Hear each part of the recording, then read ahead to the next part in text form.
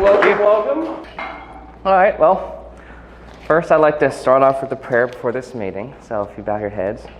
Dear Lord, thank you for this day and this amazing group of people that we have to network with and build relationships and help everyone to understand what I'm saying and really take knowledge of it and help me to speak clearly and get my message across. In Jesus' name I pray, amen.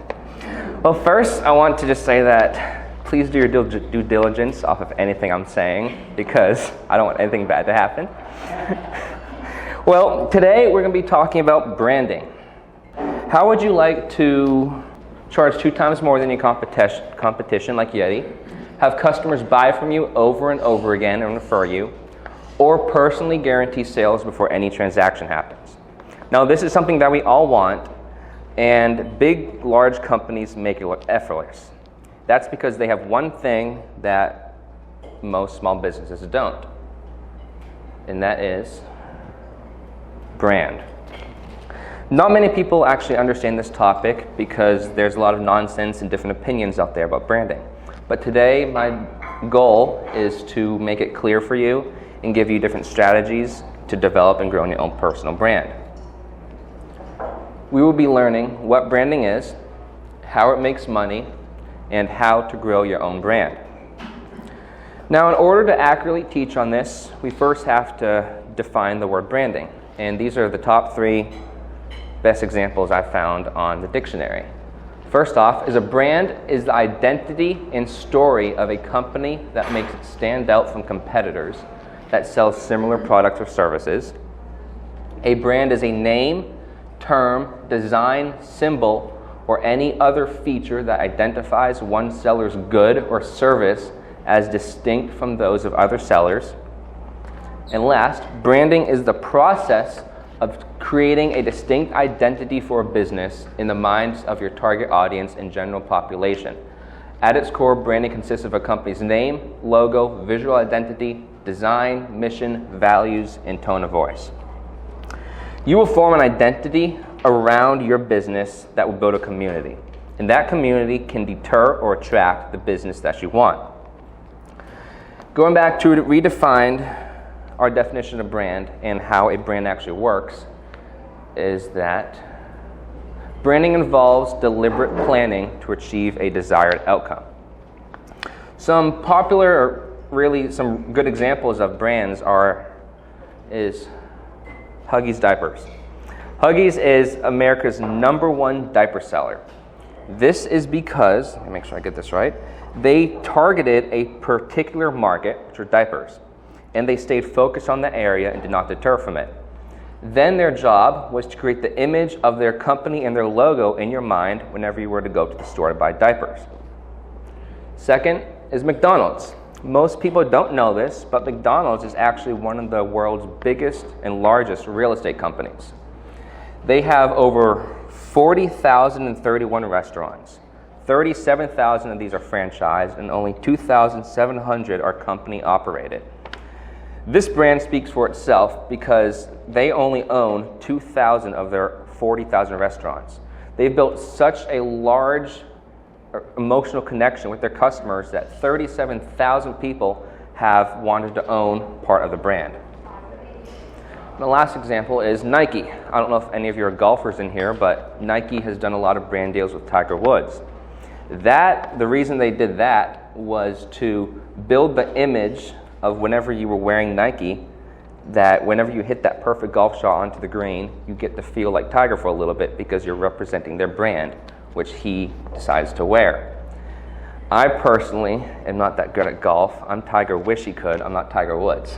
But if your brand is well known, it will be respected, and people are often willing to pay more for products because they believe they're getting something special and of higher quality. If you were to take a $5 cup, it would just sell for $5, right? But if you in then turn were to slap a Yeti logo on it, you could sell that same exact cup for $35. That is brand power. Once you develop that brand power, people won't mind spending a little extra on your product because they will want to associate themselves with your business and the product that you sell. Next, let's take a look at one of the largest companies in the world that has an immediately recognizable logo and has a market cap of over $1 trillion, and that's Apple. Apple is a very, very good example of a brand with immense brand power. They have customers who will spend thousands of dollars just to pre-order the first iPhone, or who will wait outside of buildings just to be the first one in line. Apple's brand positioning is based on 3 key elements, which is design, innovation, and customer experience. This section right here I pulled from like a summary of a reporter who did an interview with Steve Jobs. And it says, design is the starting point of Apple's whole product development procedure. It is considered as the foundation principle of Apple Inc. It all began with the vision of Steve Jobs when he set up a company that would produce computers. Jobs aimed for the best design. As far as he was concerned, he was not willing to settle for just any design. It had to be excellent. In the early 1980s, Steve Jobs wanted to elevate Apple through design. And he said, I only care personally about design, but I see that it can be a way to differentiate Apple's products from the PCs of the day. Proverbs 29:11 says that where there is no vision, the people will perish. If you look back at Steve Jobs, he had a vision, and that drove his why, which is what turned the company into what it is today. Now that we've defined branding, it's now time to define bad branding. What is bad branding and how does it work? Bad branding happens when a business plans its product with something that people do not like. One bad branding campaign can ruin a business, no matter how big it is. I think I have that up there. Yes, I do. 2 examples of bad branding is one with Bud Light. Most of you know that issue with what they did with their campaign. As a result of that, they lost their #1 spot as the best-selling beer in the nation that they held for almost 2 decades. That one commercial branding destroyed 2 decades of hard work. They are now second best, falling to the Mexican brand that I can't pronounce. Their sales have dropped almost 14%, resulting in over a little $1 billion lost in revenue. And they are still trying to financially recover and build back just to bury that whole thing. Next is Star Wars. Most Star Wars fans just love the whole concept of Star Wars and space battles and lightsaber fights. But recently, Disney has been starting to associate Star Wars with lots of politics and pushing certain agendas, which the fans are resulting really negatively with, which has resulted in their box office profits have fallen $2.8 billion, which is short of covering their massive purchase of the saga. Now, how a good brand makes money. The more you understand about this, the more money you will make because you will want to associate your company with things that people like. Because all people are different, and we all have our own opinions of what's good and bad. A way for businesses to tell if their branding campaign was good or not was to determine if it netted them money or not. You want to brand towards your ideal customer. Don't brand your company that you do not want the outcome of. That's the law of attraction. Whatever you do, it will come back on you. For example, let's say I own a real estate brokerage, and my target audience is the younger generation, people a little bit over my age. Upon researching the demographics, I would realize that in order to build an effective brand towards my audience, I would not want to use a logo that is designed with brand or neutral colors. Young people like something that's flashy and that will stick out. And if I wanted to make a promotional video, I would not want it to be long and wordy because that will lose their attention. Instead, it would have to be short, like 30 seconds, and have a comedic or funny aspect to it.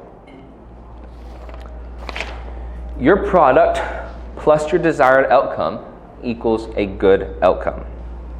I also forgot to say, if anyone has questions about what I'm saying, please raise your hand. Because I like teaching a lot with examples, so be ready. Branding always happens whether it is good or bad. Your brand will always be associating with something. Association is the key to making money when branding. When you associate your company with something that people like, they will in turn want to buy from you or buy your product just to associate themselves with that feeling. For instance, returning back to Nike and Tiger Woods. Golfers who want to feel like Tiger Woods will want to buy Nike to associate with that. 95% of all purchases are emotionally driven to an emotional connection. Your job is to build the bridge between your brand and the feeling that you want to associate it with. There are hundreds of emotional motivators that drive consumer behavior. I pulled 10 from a Harvard Business Review that I found that are the top 10 across all values and categories studied. That's brands that make you feel like that you stand out from the crowd or give you a sense of confidence in the future. Maybe a brand that gives you a sense of well-being or that you have a feel of freedom, like Harley Davidson across the street. A brand that gives you a sense of thrill or a feel of belonging, or maybe makes you feel like you're protecting the environment, or that you're being the person that you want to be, or that brands that make you feel secure. Some more points and kind of rules when building your brand is market differentiation. A good branding helps you stand out in a crowded market. It makes it easier for customers to choose you over others because you offer something unique. Now, I'm not sure what this business did, but Stanley Cups are everywhere now. They have somehow convinced the whole world that they offer something very, very unique. Brand recognition. A recognizable brand draws in new customers. When people see your brand and instantly know who you are, it builds trust and encourages them to buy from you. Again, with the Stanley Cups, they are everywhere, which in turn would build trust between a new buyer because they see it everywhere and they're like, oh, this is something cool here that I want to try. Which that in turn goes into perceived value. Strong branding makes your products seem more valuable. When people think your brand means quality, they're willing to pay more and feel good for the purchase. They're the exact same cups that you can buy on Amazon for $10, $15. But since Stanley Cups has offered something unique and has consistent brand recognition, they now have a perceived value that people think there's something special and they will pay more for. Emotional connection. Brands that connect emotionally with customers create deeper relationships. When people feel an emotional bond with your brand, they become loyal fans and recommend you to others. Apple fans are said to be extremely loyal. That is because Apple has done a good job creating an emotional bond with their consumers. Effective marketing. A clear brand strategy makes your marketing more effective. Consistent branding across all channels reinforces your message and makes your marketing dollars go even further and more valuable. Brand extensions. A strong brand can easily branch out into new products or services. When customers already trust your brand, they're willing to try new offerings from you. Apple, long ago, was just known as an iPhone company. Then they extended into Apple Watches. And now they have extended into the Apple Vision Pro, which is a VR headset. That was done easily because they offer something unique in the marketplace. They have a recognizable brand across the whole entire world. They have a perceived value, and they have an emotional connection, which made it extremely easy for them to branch off into these new areas in the marketplace. Negotiating power. A respected brand can get better deals from suppliers and partners. This can save you money and increase your profits. We have these two guys right here. The first one owns a business, and he puts all his time and effort into working on the job.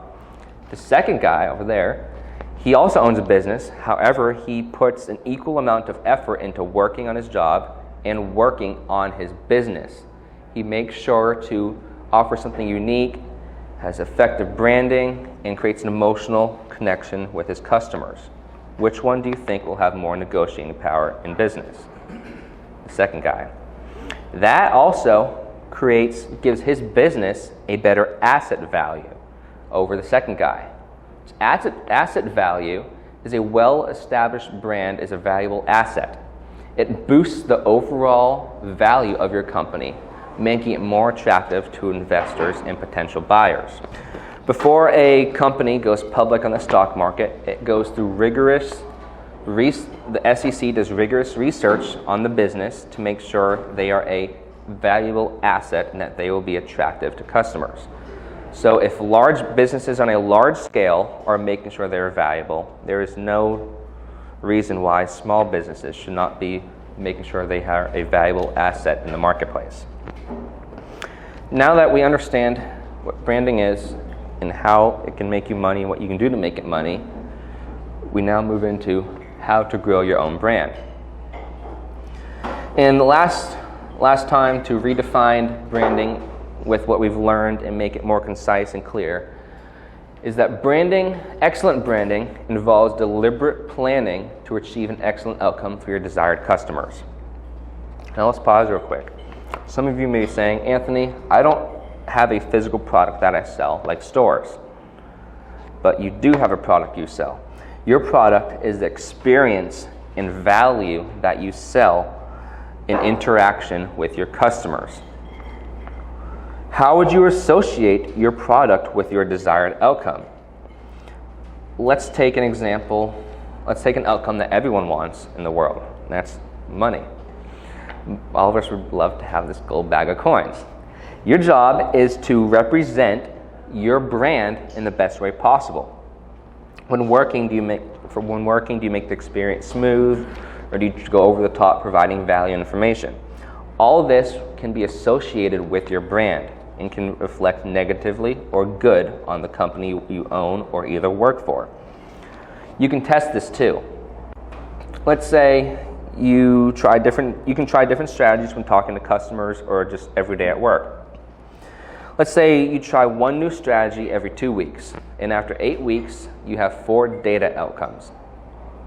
You can then measure your data and see which one netted you more money and which one that people responded better to. You can then in turn build your brand and develop and grow off of those and keep on repeating the same structure, because the world's constantly changing and you can't just, if you stop in one area, you will lose the race. For example, we'll take someone who works in an office and has clients come in to meet with him all the time. For 2 weeks, let's say he offers a little bowl of candies and water to every single client that comes in. Then the next 2 weeks, he provides little pamphlets of information about the topic they're going to discuss. And then next week, in the next 2 weeks, he talks to them like they're an old friend or family member that he really loves. And then the last 2 weeks, he decides to keep his office extremely clean and make it smell really nice, so it feels welcoming. He can then turn around, measure the data, see which one people responded to, and can further build off that. He is selling the experience. When you're branding yourself, that is how you become number one within the company. If that same client were to go to another agent and they didn't receive the same experience they did with the first guy, they will constantly be thinking about the first guy than the second one, because he has already placed himself higher in their head as more valuable from what he provided. You start with a brand that means nothing. You pair that brand with something or someone that people like. Your brand starts to mean the thing that customers like to them. And then they in turn want to associate themselves with that thing. You need to decide what values and experiences you want to use to connect to your product. Now, if you want to brainstorm after, we can talk about it. But this is a personal decision. In building my own brand, Salvo Enterprises, my goal is to associate the business with the feeling of belonging. I want it to be where whenever you walk into one of our homes or buildings, you have that same feel of belonging like walking into your grandma's house on a nice Sunday afternoon when you were younger. I want it to be where the second you walk in, You just feel like, I need to be here. That's my target. That is going to be my target audience. So those people who like that feeling will in turn want to associate themselves with my business, which will make me money. Second is the Kingdom Fence Company. This is a family company I work for. We recently just did a whole rebranding. It used to be called American Fence and Farm Management. But since we aren't targeting farms and fence management anymore, we're targeting more of a commercial and luxury type jobs, we had to rebrand the whole entire company because the first logo or name did not associate ourselves with what our desired outcome was. We made sure once we rebranded, did a new logo that really showed what we wanted. We did effective marketing across all our social medias and made sure that everything was changed and that we were perfectly set up for our new desired outcome. Lastly, you can... What? Okay. About that. I don't know, but I know them on social media. Really? Yeah, absolutely. Yeah. And the change was tremendous. Mm-hmm. Thank you. I think the storytelling got better too. So yes, we're really putting work into that. That's crazy. Small world. Yep. So their whole rebrand is really working. You can affect how people see value in your products. And a way to measure how much people like your business is that you can use brand metrics. Brand metrics are kind of like questions you can ask on like a survey or a little review card. Just 3 examples are: how likely is someone to recommend you to someone else? How do they want to associate themselves with you and your attributes? And what's the frequency of purchase or usage that they have with your company? A little survey can do tremendous wonders in a business. After every transaction, it would be wise to offer a survey with questions asking about what they felt about the transaction, how it was, how their business was. And you have to keep track of all this because you can measure all this and continue to grow and build your brand. And yes. What is the best, I've done this several ways, sent out just like a questionnaire and put it like on my website, but I think it's better to bring people to Google and get them to do like a review. Is that to your Google My Business? Is that what's the best ways to get these reviews back in order to improve your brand? So the Google Business Review is more for other people to see.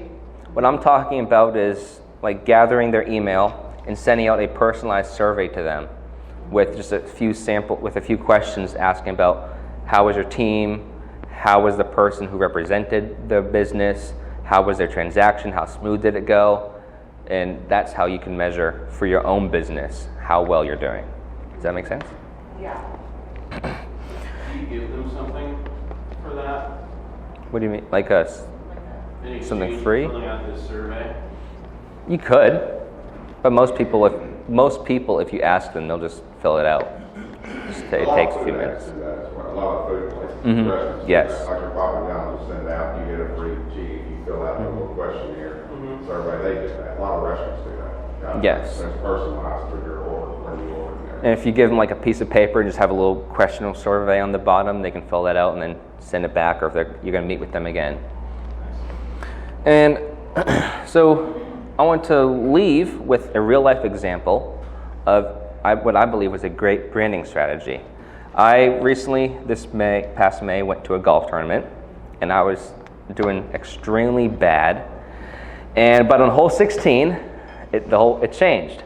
Hole 16 was sponsored by State Farm, and as I was getting ready to tee off, one of the agents came up to me and said that they're doing a challenge to where if you get the ball on the green in your first shot, you win golf balls. I kind of laughed and brushed it off, but he encouraged me to try it.